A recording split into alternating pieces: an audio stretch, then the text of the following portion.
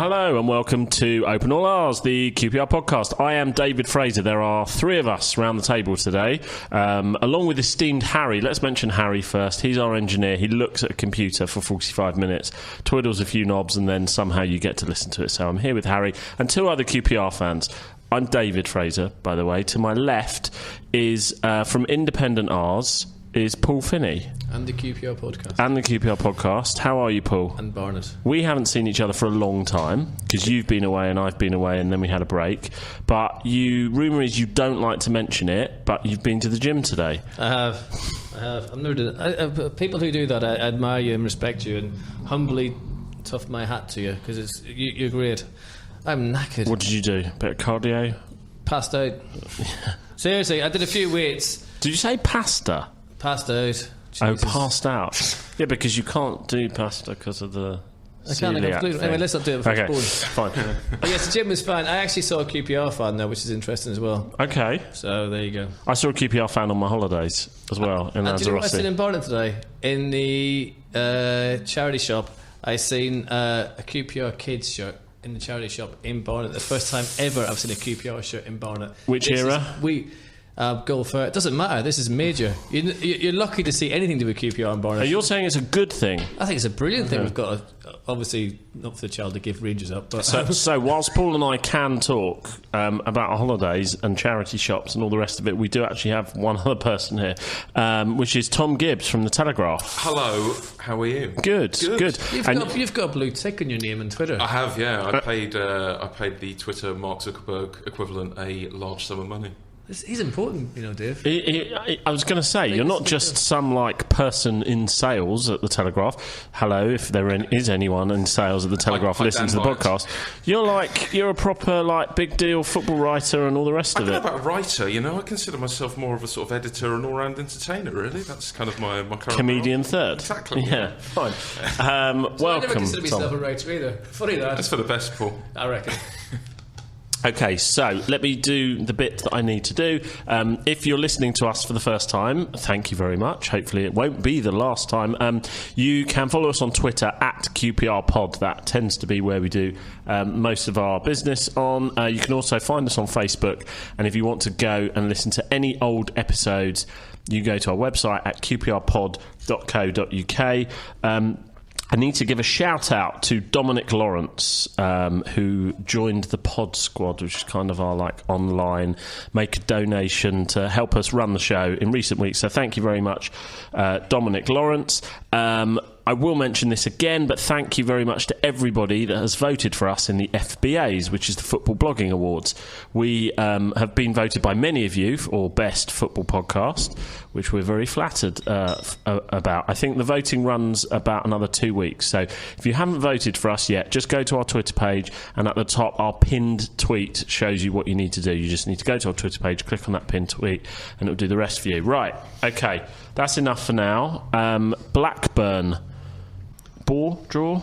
Tedious, wasn't it? I had a bunch of pals with me for this one, and we seem to have a record of only watching QPR in drastically disappointing football matches. I kind of think this might be the new reality for a little while under Hasselbank. I noticed that I don't think we sort of lack for energy in the middle with Cousins in the side, but him and Henry looked to me to have been instructed to stay behind the halfway line. It was really noticeable how they were both stuck back there, neither of them really kind of going forward and getting in between the lines. And I just think that might be the way Hasselbank wants us to play. He seems to be about kind of eking out the narrow wins, maybe trying to kind of press for a second when you get a first. But that is sort of based on having an incredibly watertight defence. And we're not error-prone, but we're still sort of really susceptible to kind of high balls into the box. Henry just completely missed the ball for their goal. And there's still kind of too many kind of balls fizzing across the middle really to be a team that's just going to do that. So it's a little bit concerning, but... Why do you think it's the new reality? What's the end goal for Hasselbank? Where do you think he's trying to get to with the development of this team, and where is he on that journey? I think he's doing the traditional thing of building from the back. We're much better at the back than we were. If you remember some of the sort of Chris Ramsey early championship games, we were a team who looked like they were going to concede every time the opponents had the ball. We really don't look like that anymore. Barnsley away aside, but on the whole, we're much more solid. And I think he's kind of trying to work within the constraints he's been given as well. This time last year, after 6 games, we had... I'm just looking down on my notes. We've noticed you've got notes. Yeah, you can come again. Thorough. Yeah. I don't mess about. I'm a professional, but I can't actually find the bit of my notes I want to. So I'll take a guess. I think we got 10 points after 6 games. That's right, isn't it? 3 wins, 1 draw, 2 defeats. Yeah. It's exactly what we had last year. But the problem with that was that last year we had a lot of players on crazy money, which presumably we don't have anymore. So I think in that context, where he's got a team that on paper aren't anywhere near as good as last year's, although we know that paper isn't really the most valuable way of assessing a QPR team, I do think he's kind of on track. I just think it's going to be a while, and I think we might have to just accept that this might be the way things go for, potentially a year or more. I think that's a good way of looking at it. This whole... Because I obviously was at a different game on Saturday, because I said I didn't think it was very good, and other people told me I'm wrong, it's a young side. I think, Who said it was good? Well, people on Twitter just trying...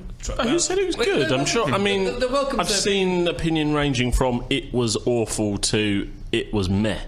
But I haven't really seen anyone saying it was good. People said it was like it was fair enough. I can't remember who exactly it was, but that we didn't play that badly, and they came not to lose, which I've never seen a team turn up Loft Road to lose. To be fair, in my 30 odd years of being there.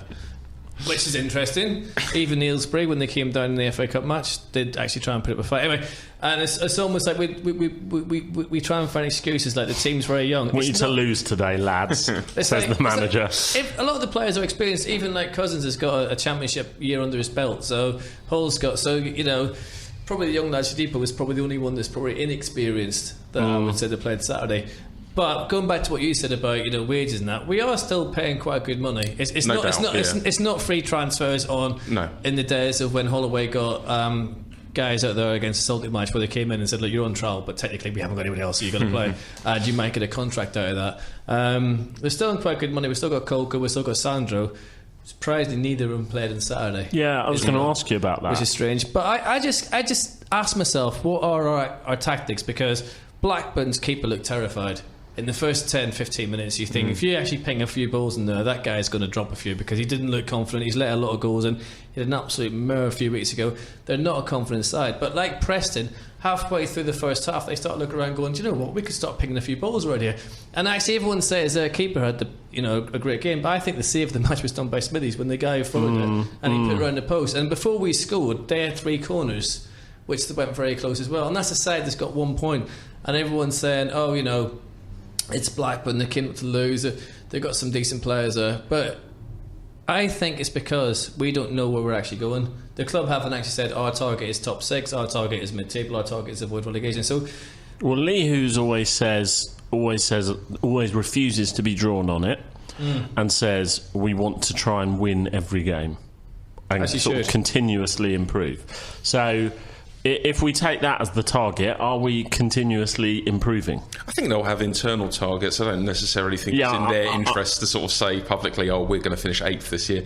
Yes, I would have thought they'll be targeting a top 10 finish, and I don't think that's necessarily out of the question either. Like the way we're going, I think we'll probably have some bleak spells this season. But yeah, Blackburn did not look tremendously good. They're kind of a crisis club. I wonder if we might be a team that looks a bit better against the better teams this year. And Newcastle on Tuesday will probably be quite a indicator of how true that is. What would be the theory behind that? Why might we look better against better teams? I think we're set up quite deep. I think potentially we've got a bit of pace and excitement out wide. We might kind of thrive a little bit when teams are coming at us a little bit more, and I think that kind of shut up shop defensive mentality might come into its own if we can get a goal against teams we're sort of not necessarily expecting to. I don't think we're going to be a team that goes out and kind of dominates and takes the game to teams we think are there for the taking. It sort of reminds me a little bit of Van Gaal at United in his first year when they had that Leicester game where it was just absolutely crazy and it was like 5-3 I think, and he was like, right, no more of this. And we desperately don't want to be subjected to that sort of football for much longer. But I think there is sort of sound thinking behind that as well. Like it's, be cagey, earn your right to play a little bit. And I noticed on Saturday something I've seen Hasselbank do a few times now, that when he got the goal, you could almost see him at the touchline being like, come on then, go now, like give it 10 minutes and try and force it. He did it against Leeds when we went 2-0 up. And I think that's kind of the plan, is like put it to bed quickly while you're on top and then shut up shop, which is not, great to watch. But I mean, Burton fans kind of said that was what we'd be getting, and it kind of worked out all right for them. But what I don't get, and I know Clive disagreed with me on this, and a load of people on Twitter, we haven't got a finisher. It's as simple as that. People can say Washington hasn't scored yet, he's not going to, that's it, he's had his chances. People can say Seb is the best striker ever, but his goal record per game isn't that great, but he tries harder than anyone else in the last 5 years, which is fine.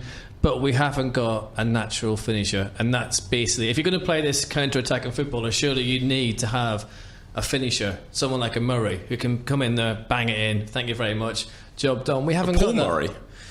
Yeah, that's the one. I mean, the thing is, on the Saturday, people were kidding the wingers behind me. You mean Glenn Murray, right? Yeah, I know that, yeah. All right, well, there's people out there listening saying Jamie Murray. Let's make a QPR term. Yeah. We need a Gary Bannister. Yeah. We need a Spencer Charlie when he was decent. We need, but isn't that indicative of how difficult it is to find those sorts of players, that we're going back to Bannister, Austin, Spencer? That's like 30 years, and they're the three, it's really, really difficult to come across those players you feel they're going to score more times than not when they've got a chance. You're not including Silla in this. Is that how we pronounce his name? We'll go with it, yeah. Silla? You can't judge him. Because you don't know, yeah. No, so exactly. he could be your finisher. It could well be. Judging by Saturday, you can't say anything, hopefully so, and I'll happily eat my words big time. But people behind me on Saturday were murdering the wingers, saying, they're not doing this properly. But what I noticed was, and I'm ridiculously stupid, I know, but there was no one in the box half the time, so the wingers are beating the players, they're getting down there, and they're having to wait, and we've kind of got two defenders on them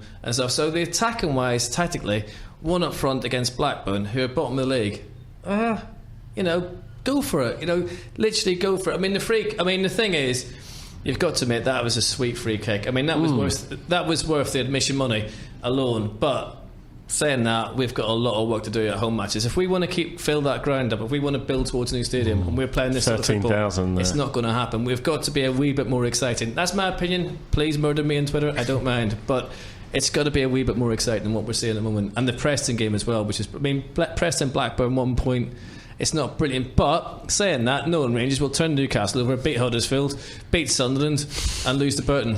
Sounds about right. Yeah. Okay. Are we ready for Clint Hill? We know that all right. Well, I'll do something else before then. I've got a good story to tell you, actually. That'll be a first. Which I'll tell you, because it's, as we're recording, it's 7:26, and we're under instructions not to call Clint Hill before 7:30 because big butch hard man, bite your legs, Clint Hill can't talk to us until 7:30 because he's putting his kids to bed, which is fair enough. That's nice. Come on, that's nice. You'd expect that from Clint Hill. You can't say that he's. Do you know what? You say that, but do you not remember years ago he played for Palace at Sheffield Wednesday, and the Wednesday fans came on the pitch, and he went toe to toe with them. I'm not saying it's right. Violence is always wrong, always wrong. But all the other Palaces quick off the pitch. Clint's like, nah, I'm staying. Yeah, I'm going to get stuck in. I think we were going to say he was going to have a manicure or something. That would be. We should ask him. Have you ever had a manicure? Do you want to ask him that? He's a long way away, in fairness. What's he going to do? That doesn't make you any less manly than anybody else. You do have nice hands. Let me tell you, your criticism of the Blackburn goalie, Jason Steele. Yes. I will not have a word said against the man. You're going to say something really stupid. I will tell you why. No. So, my little girl was a mascot on Saturday. I didn't know that. She was. You didn't say anything. Well, Did you put it on Twitter? I don't do personal on Twitter. I did put something on Twitter, but not about her directly. So that's why. Yeah. So she was a mascot. Had a fantastic day. I'm sure she did as well. It was a brilliant experience, and thank you to everyone at the club and everybody who's either been a mascot or their son, daughter, niece, what nephew has. It's actually an amazing day, and it's an amazing way to inspire kids into loving QPR. She got hit in the face by a football. Now, she was standing there, like, what they do is just about 10 minutes before kickoff, they put the kids by the tunnel to kind of wait for the players, and like, the call came up, like, the ball, mind out, and she turned around right into it, and the ball smacked her in the face, and it looked really bad. However, it caught her perfectly on the forehead, like, you know, Les Ferdinand area, basically, and like, it looked bad, but it startled her, but didn't hurt her. So it kind of pushed her back a bit. She looked a bit shocked. Fine, carried on. Turns out she was all right, thankfully, blah, blah, blah. 3-4 minutes later, we didn't know who kicked the ball. 3-4 minutes later, Jason Steele, the Blackburn goalie, comes over and says to her, I'm really sorry, are you okay? Wanted to check you're all right. I'm really, really sorry. I tell you what, come back here at the end of the game and I'll give you some signed gloves. So now, in my house, we own a pair of signed goalkeeping gloves from Jason Steele, the Blackburn goalie. I'll start the bidding at £4. Well, the only thing is, I don't want her now. She's like thinking about becoming a Blackburn fan. I don't want that to happen, do I? It's even more depressing than QPR. No, I mean, so it's very nice of him. Very, very good, like, gesture and fair play. Don't turn it towards the Venkies. No, she's not. She's not a Blackburn fan, but she didn't. I practically had to get those goalie gloves off her. Who were the QPR players who were pleasant to her? No one was unpleasant. It's funny. It's funny how it goes. Like, they're all very good and very nice, but it's all very quick. So course, I think she was James Perch's chaperone onto the pitch. And I asked her, did he say anything to you? And she said no, but he put his arm around my shoulder, which was, you know, very nice. She had a lovely, lovely day. Really good day. I guess if you're a player, you can't really win an empty. I'm not judging your daughter, by the way, because you're focused, you know, solely focused, and you should be focused. But I would like to think that if I was that player, I'd say to your daughter, at the end of the game, I'm going to give you my shirt, because you're going to be a mascot once. I want you to remember it. That's what I would do if I was a player. Look, I'm not knocking them in any way. They were great when what they needed to do. They needed to do. But it's interesting. They they do firmly focus on the game. But the staff were brilliant with her. Really looked after her, and the Blackburn goalie was amazing with her as well. Which is a weird thing to say at the end of the day when you've been a QPR mascot. But there you go. Right. Okay. It's now hopefully the Hill children are in bed. Fingers crossed. And so, therefore, by the magic of telephony and editing, Clint Hill is on the phone now. Clint, first question. We've got to start with an awkward one. Do you miss us as much as we miss you? I think I miss you guys more. I think, to be honest, it was a shock. I'm not going to lie to you. When I finally got the answer that I was dreading. Yeah, it affected me for quite a while, to be honest. I'm not going to lie. Obviously, had quite a long time together, a 6-year kind of romance together with lots of highs and lows. And when that finally ended, it was I felt quite low, to be honest with you, for a number of days after. So yeah, I think I miss it more. So it was not something that you were expecting when you came to leave QPR, by the sounds of it. I wouldn't say I wasn't expecting it, because obviously football, the nature of the game, I know how quickly it moves on, and the turnover of players is massive every year for every football club. So I kind of knew it was coming. I just wanted it to be. I wanted it to be done in the right way, if that sounds all right. I was kind of looking for an answer for maybe 4 to 6 weeks before the end of the season. I was speaking to Les and Jimmy, and I was kind of getting passed from person to person, trying to get an answer off them, and then they weren't really giving me the answer I was looking for. So that's the only disappointing side that I've got of the way it was handled. Just because of the amount of time I was there and the kind of relationships I built up with the people at the club, I just thought that maybe they could have just given me that little inkling a little bit earlier than I did. Well, the natural question to come on from that, Clint, it's actually, someone's asked it on Twitter, which is Ricochet87, has asked, do you see yourself returning to Rangers in the future, perhaps in a coaching role? Yes. I don't know. I really don't know. I mean, football's so volatile. Well, we all know that, you know. We never know where we're going to be from one season to the next, but it's something that I'd love to do. It's something I'd love to do, to return there and coach, or I mean, even God forbid, manage one day. You know, I've made that kind of known to the people behind the scenes that if there was ever a position that comes up, then please give me a ring, because it's something that I would like to get my teeth into for sure. Well, Clint, we would love to have you back. whatever way, even to say thank you, even for us to say a proper goodbye, because my disappointment is that we didn't get saying goodbye to you because we didn't know you were leaving, and we kind of body language says a lot of the last game of the season, but it would have been nice for a few of us to have the opportunity to shake you by the hand and thank you for everything you've done, because blood and guts are on that pitch that are yours. So thank you so much for what you've done for the club. But what God. My pleasure more than anything, mate, to be honest with you. No, you're grand. I mean, I was just saying beforehand, a few it wasn't a QPR game, it was a Palace game when the Sheffield Wednesday fans came on the pitch. You weren't leaving too quickly, and that's the sort of person you are, and you gave your all for Rangers. But one thing I wanted to ask you was, going back to the managers you played under, obviously Jimmy Floyd, you've had Harry, you've had Neil Warnock. What was it about, because I know we got 2 promotions, but what was it about Neil Warnock that worked so well? Because at the end of the day, you were like a band of brothers. You were like you were like a band of lads thrown together with passion, commitment, and a band of champions. That hasn't happened in so many years at QPR. What did he do that was so special? It's so difficult. I mean, he just has something totally different to any other manager I've worked with. He just knows what lads need and what we want. He knows how to treat us. He treats us like men. His recruitment in terms of that year, he knew what the championship was. He knew what kind of players he needed, and more importantly, he knew what player he had. And he knew that if we could build a team around him to make him shine, then we had a hell of a chance that year. And he certainly worked out that way.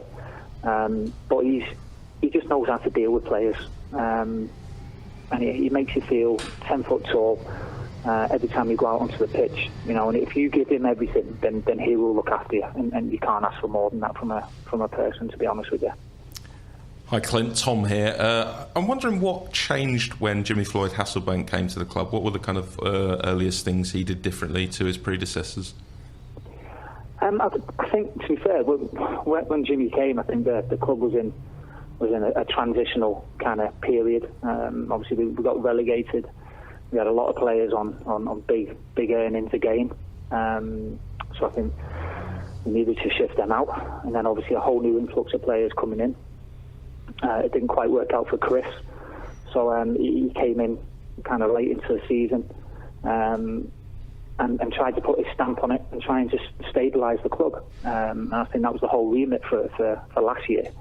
I don't quite know what it is this year. Obviously, I'm not there, so I don't know what the remit is for this year. I don't know if they're going to go try and push for it or not. But I think that whole year when Jimmy came in, or the 6 months that I was there, was all about stability. And just trying to get his ethos and his own philosophy into the players that were there. We hear a lot about the importance of getting a new training ground at QPR. Presumably where you are now at Murray Park's a bit of a step up from Harlington. Can you explain why that is so important for players, what difference it makes to have kind of modern facilities rather than what we're dealing with currently at QPR? I think it's important for the club, to be honest with you. I mean, players can moan about anything. You can have the best training facility in the world and players will still moan. They'll still find something to whinge about. But I think it's more important for the club and the stability of the club to have their own training facility, and more importantly to attract players as well. If lads know that they're going to a decent training facility every day of the year, the pitches are going to be good, the showers are hot, you get decent food, it becomes more attractable. And the flip side of that as well, the academy. You're going to start attracting players that maybe will go to Arsenal's, Chelsea's, Fulham's, places like that. But if QPR had a real top-notch training facility, then maybe we can nick them kids instead of them doing 20-30 miles down the motorway. I just want to ask you one more very important question, Clint. Could you tell me what your favourite and least favourite QPR kits that you wore during your time at Loftus Road, please? The kit? Wow. Oh, God. You must be the only one with any positive memories of that orange shirt, 'cause you sort of scored the goal that wasn't at Bolton in it, I think. Yeah. Oh, yeah, that was horrific, that, wasn't it? Yeah, God. Yeah, that was a bad kit. I forgot all about that. I tried to erase that from my memory, yeah. And then there was last season's that didn't have any hoops. Then, of course, there was last season's kit which didn't have any actual hoops on it. Yeah, that didn't go down too well, did it? It was like watching Ipswich going forward. The thin hoops didn't go down too well with the fans, and I don't blame them, but it looks like they got that right this year, I think, anyway. Clint, I'll ask you a best and worst, your best and worst moments in your time at QPR, because we all remember the 4-year plan, but you saw enough to sort of fill 3 or 4 different feature films during your time at QPR. What were your best and worst moments? Championship year was fantastic, but I think being captain at Wembley, and walking up the steps and lifting a trophy for your club in such an important time as well. That's got to be my top memory. Worst, all the bad games that I've played, probably. I'd probably say getting sent off. I think what was that, Premier League Davy Bolton, I think maybe. I got sent off there. We got battered 4-0 I think that day. And I think Fulham away 3-0. I think I scored an own goal in that game in a derby. God, I could go on, mate. That's quite a lot there, isn't there? And off the pitch, you observed it's almost like at times, kind of you and Sean Derry and Jamie Mackey were kind of not sitting on the sidelines, but sitting back and observing these bizarre comings and goings on with different owners and managers and all the rest of it. You must have had more than one occasion in those years at the club where you thought, what the hell am I doing at this madhouse? But it was so important to us, though. That them lads that you talk about, the club was so important to us because of the way we stormed the league that year, the way we played, that connection we had with the fans that year, and just to bring happiness to the place, But that kind of stays with you as a player when you build them kind of connections. And we were sitting back and just watching these players come in, not bothered about the kind of money that they're on, because fair play to you. If you can get that kind of money, then happy days. But the big concern for us was they weren't pulling the weight. They weren't pulling the weight for the club or the lads, and they weren't too bothered about the results, and the whole attitude pretty much stunk for the lads that were there. And that was the biggest gripe that we had. People keep saying, "Oh, surely it must have been the money." But it wasn't the money, because if you can go out and get that kind of money, then fair play to you. But at least earn it in the right way. That's the biggest thing that got us that year. And do you think the club are going about it the right way now? The stability is the sort of buzzword. Do you think they are right in the wrong? Do you think they've put it right and are putting it right? I don't know the whole financial implications. I don't know if they're on track or not. I don't quite know what the debt is. But yeah, they had to. There's no way a club that holds 18,000 fans can carry on the way that they were spending. There's just no logical sense to it. So they had to make changes, and they had to go down a different route. And I think as fans, that's the way they wanted the club to be, and the way the direction they wanted to go as well. So they kind of reconnected with the fans as well, bringing a few young kids through, which pleases home fans. So I'm hoping that they're on that right direction now, and it might take a bit of time, but if they get a decent run of form and gel together, then you just never know where it might take you. To be fair, Clint, in them days, and I can think of names of players and games, the bemusement on your face sometimes as players just trundled off down the pitch after losing was a wee bit strange at times. It must have been so frustrating. I can think of certainly the game where we got relegated at Reading away, where to us as fans it looked like some of the players really couldn't be that bothered about it and were off the nightclub in their head somewhere, whereas there was quite a few who bitterly looked upset. I mean, that must be a weird dressing room to be in. Yeah, it was. I mean, listen, these guys they had top careers. I think I spoke at the time. They've won Champions League, they've won league medals, FA Cups. But for whatever reason, the mix wasn't right. It just wasn't right. The culture wasn't right. We got rid of a lot of players who had been there a while and helped the club get to where it was. And I did think it could have been done a little bit slowly and a little bit more gradually. And I think we might have had a bit more stability in those earlier years. It wasn't great. I'm not going to say I was the best player that 10 years, but because these guys were fantastic. But You know, all we wanted was effort, and all we wanted was a bit of grit and a bit of determination. Sadly, we didn't get that enough. What was I don't expect you to tell me the answer to this, but what went wrong with Mark Hughes, do you think? The mix wasn't right. It just wasn't right. I don't know who was helping him recruit the players in. I mean, obviously, his big word around that time was the quality. You know, we need this quality player to come in to make the difference. But you can have quality players, but if there's not the right characters, then it's not going to mix well. And I just think his recruitment was wrong from the start. You know, there was too many big influx players coming in, too many lads that had done well, and then good solid players and good characters were left. And he just never managed them right. If we're being honest, he didn't manage the squad right. Clint, I ask a lot of players this who we have on the podcast. Talking and listening to you, a lot of ex-players, despite all the shenanigans that go on, despite the comings and going, despite the mismanagement, despite how they at times were treated by the club and by the fans, they seem to have this love for the club that often doesn't exist. Somehow QPR seems to get to a lot of our ex-players. Now, am I reading that wrong, or are you basically saying you're a QPR fan?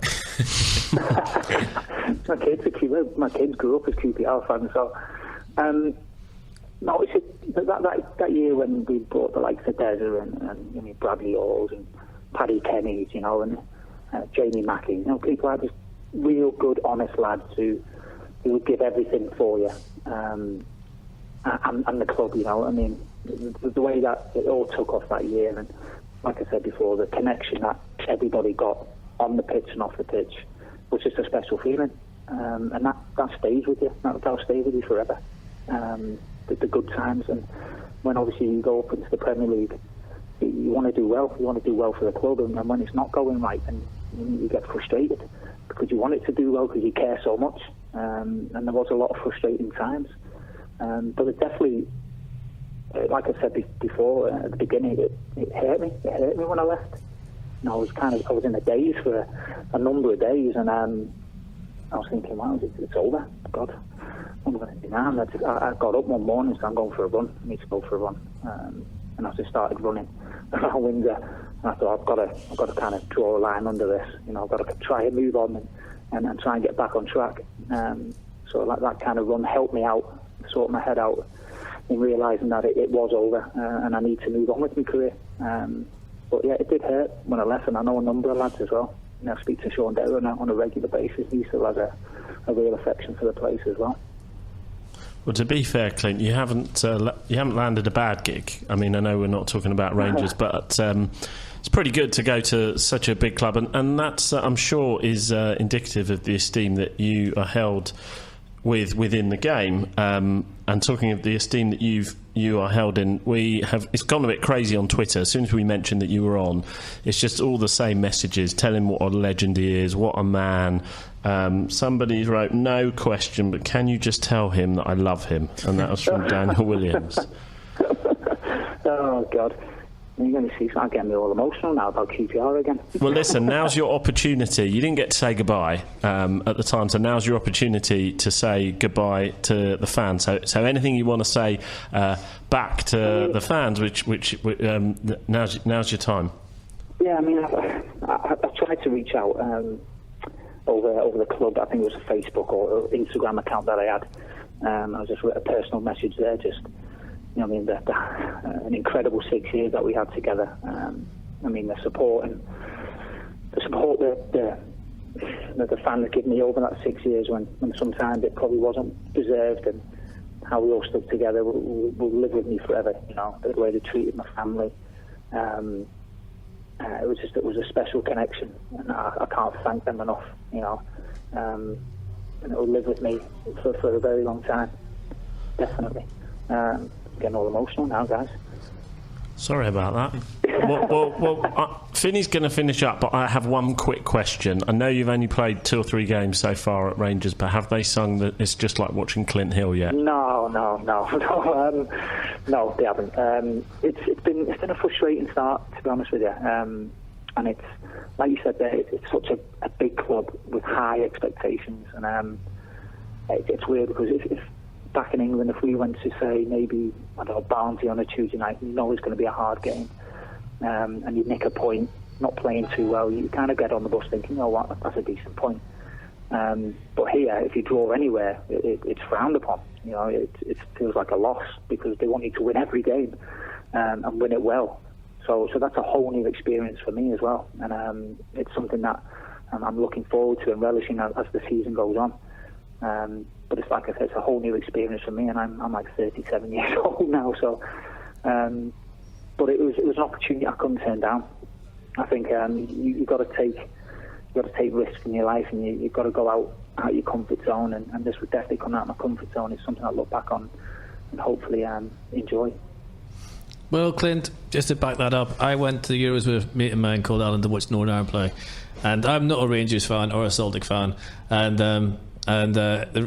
we spoke to one Rangers fan in the bar because surprisingly watching Northern Ireland there was quite a few, and they just said the triple or the manager gets sacked, and that's just ridiculous. Anyway, in my opinion, but there you go. I know nothing about Rangers or Celtic, but what I do know about is the 6 years that you proudly wore that shirt of ours with distinction, pride, passion, and 2 promotions.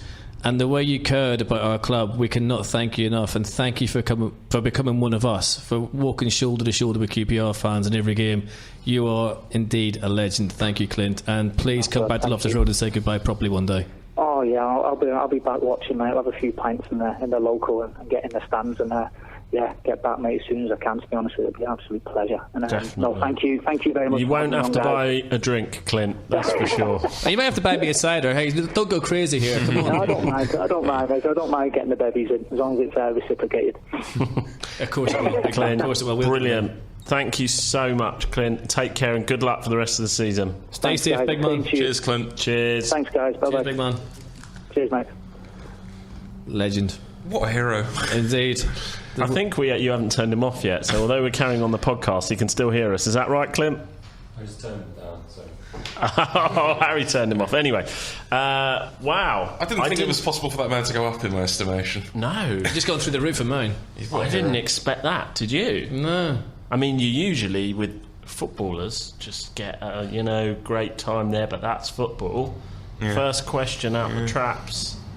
Took me ages to get over it. I guess that shows you how much he cared about what he was doing at QPR, what he felt proud of. And in all honesty, to be fair, the centre defence could do with him at times, if I may say so. Without everyone jumping on me and saying, oh, you're always talking about past players.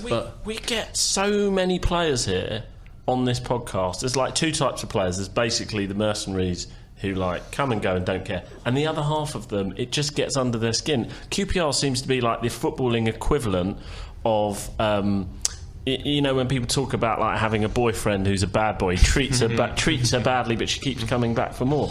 There's all these players who just get treated terribly at times by QPR, and I'm not saying Clint Hill in particular, but somehow the club gets under their skin and they've got real affection for it. Do you know what it is? We see it the whole time. People like Clint Hill come into the club and take time to learn about the history, the culture, talk to fans. He doesn't just walk past people and go in and get changed. He spends time talking to people, knowing it, getting it, and QPR fans are infectious, and that's what comes off for some players. The ones that don't get us, we won't miss them. People like him will always miss. Right, okay, I'm a bit emotional myself after That's that a first. interview. That was a great interview, Paul. Well done. So you worked hard to track him down. Very good. We've got to go straight to the R's End. All right. Because that went on so long. So, Paul, if you can, as well as your R's End, if you can cover the fans forum in there as well. I didn't go because I got slaughtered on Twitter once for going to fans forums when I shouldn't be, because I do the podcast and everything else. So since then, I gave my place to somebody else. Not because I'm a hero, because I'm fed up getting slagged off on Twitter. Clive addressed this on Loft for Words, and he said the same. You get the same people moaning that they haven't gone to the fans forum, and that their argument is it's the same people. Just email Lee Hughes and ask for a ticket for the next one, and he'll give you one. Well, anyway, regardless, I watched it, and it's quite frustrating because there's a lot of things that should be asked, and there's a lot of things that are asked. The Stan Bulls issue, I'm really sad about because it's a serious issue, and it was laughed at, and it in no way should be laughed at. I'm not going to point the finger at people, but please, if you're going to ask questions about Stan Bulls, can you show respect for Stan and ask the question in a correct manner, and not make it a laughing stock, because it's not funny. So my message is to anyone who wants to ask a question about Stan Bulls, show some respect. Anyway, it's it is what it is, and the questions are what they are, and sometimes you wish that we would get an overall rather than a mixture. So when you come at the end of it, you actually have an idea where we're going, what's going to happen, but everything's still up in the air, which is not the club's fault at times as well, because sometimes you're asking about a training ground and everything else, and someone else comes off field with a different question and it gets thrown off track and everything else. It'll be interesting to see, but if they are, please do keep the fans forms. Don't stop them because of stupid questions, because that's just wrong. Everyone has a right to ask a question as long as they ask it quickly and respectfully. Yeah, and credit to the club for doing that. I think it's a move back to the sort of club we used to be and the sort of club we probably are, doing that sort of thing. We're not a big business, we're not like Man United. We've got to kind of give some even if it is sort of lip service, we've got to be seen to be doing those things and informing people and informing the people who go every week as well, who are exactly the sorts of people who go to those events. Where do you sit on Seatgate? Which, for anyone that missed the fans forum, it didn't go down well that the stickers on people's seats have been removed this year. They say it was saving the club 10 grand. 10 to 12 grand, which I think by the end of the conversation had gone up to 15. Yeah, but it's saving them money. Can't argue too much with it then, well, you can, because I can argue with anything like that. But I think for under 16s it's a really good incentive, because no other London club does it, and for kids it's special. For us adults it doesn't really matter, we know who we are. Fair enough. But for kids it makes a difference, because it makes them feel part of something, because they don't do it at any other London club, and it was a nice thing that we did that was different. That's all. The rest of your R's end. Right, I'm going to do two quick things. Please stop friggin' booing. It's ridiculous. It makes us look like spoiled children, and I hate it, quite frankly. And you are doing the biggest service you can to the opposition to up the game, so please stop it. Don't boo. There's no need. I mean, no matter how frustrating it gets, and Christ knows, I've been there against Vauxhall, and I've been there against woeful teams. I've seen woeful teams, I've seen great teams, but booing? Nah, not having it. It's ridiculous. Second point is, Acting Stanley Bulls are looking for players. Now, this has been a QPR fan scene for a very long time. I was always way too crap to play for them, so I'm not lucky enough. But if you have a wee bit of ability, or you want to turn up and support them and get involved, you can email them at asbfc96@gmail.com, or you can also follow them on Twitter at obviously ACC Stan Bulls FC. The great man's mentioned there as well. So there you go. And my very last Oz in the show, thank you to the club for having a meeting about a benefit for Stan Bulls. It's most welcome. It will happen, everyone. So please keep your eyes peeled. We are going to not let Stan down. We will do something for Stan. We will make his condition a little bit more bearable for him and his family. I have two very quick R's ends. Neither of them are an opinion, they are announcements. First of all, again, thank you for everybody who's voted for us for Best Football Podcast in the FBAs. If you don't know how to do it, go to our Twitter page. The pinned tweet tells you what you need to do. Please, please, please vote. Second one is our youngest podcast listener that we know of, George Sharp. I've got an email from his dad asking, I wonder if you could do me a favour and give a shout for George in one of your upcoming podcasts. Hello, George. Those of you who listen to the Ali Fallin podcast at half term in February will remember George is fantastic little lad, listens every week. Anyway, he is running for QPR for the Community Trust, the Tiger Cubs, on October the 22nd in the Junior Great South Run. There's a money giving it says money giving page. A Virgin Money giving page has been set up for him. He's trying his best to raise as much money as he can for what everybody knows is a fantastic charity. If you would like to donate and sponsor George, it is virginmoneygiving.com/George Sharp. Good man, George. Good luck. Yes, Thom. George, hats off. I think it would be remiss of us not to mention Olamide Shadipo, who was probably one of the brightest players for us the weekend. He looked to be limping off a little bit to me, and I think he sort of really grew into the game, so clearly wanted to be out there. Didn't do anything too complicated, but there was one lovely kind of crossfield pass towards the end. He looks like he'll be useful, which is all you can really ask for from a youth team player. Ours End Part 2. Yeni Bakoto's father passed away, which is why he didn't play on Saturday. So should we give him a nice warm welcome next time we see him? I don't know what the chant is yet, but let's make him feel good about himself. Indeed. That's sad. Right, that brings us to the end of the podcast. Listener challenge for everyone out there. Paul had to stop twice in this podcast, and he was like David Dimbleby. The way he was a consummate broadcaster. The way Harry said, "You got to stop, Paul, and re-record." And Paul just took it in his stride. So your challenge is to see how good Harry's editing is, and whether you can pick up on it, and whether you can notice it. Predictions. Are we doing Newcastle and Huddersfield? Yeah, I reckon we'll beat them both, because that's what QPR do. After all my mourning. Oh, you always say that. You always give me hope that we're going to beat these teams. Garrett's £3 on me, because he will, and £3 on you if we don't, because I'm telling you we will. Well, I never say that we will lose, so 2 draws. So you can tell what I think from that. Thom? Irritating home defeat to Newcastle, stubborn away draw at Huddersfield. Paul? I'm not having that. We're going to win both. Hats off, Paul. You're welcome. By how many goals? How many goals will we score altogether? I think we'll beat Newcastle 2-1, and I think we'll beat Huddersfield 1-0. I'll take that. Thank you very much for listening. We will be back next... I love Valium. It's great. Bye-bye. QPR.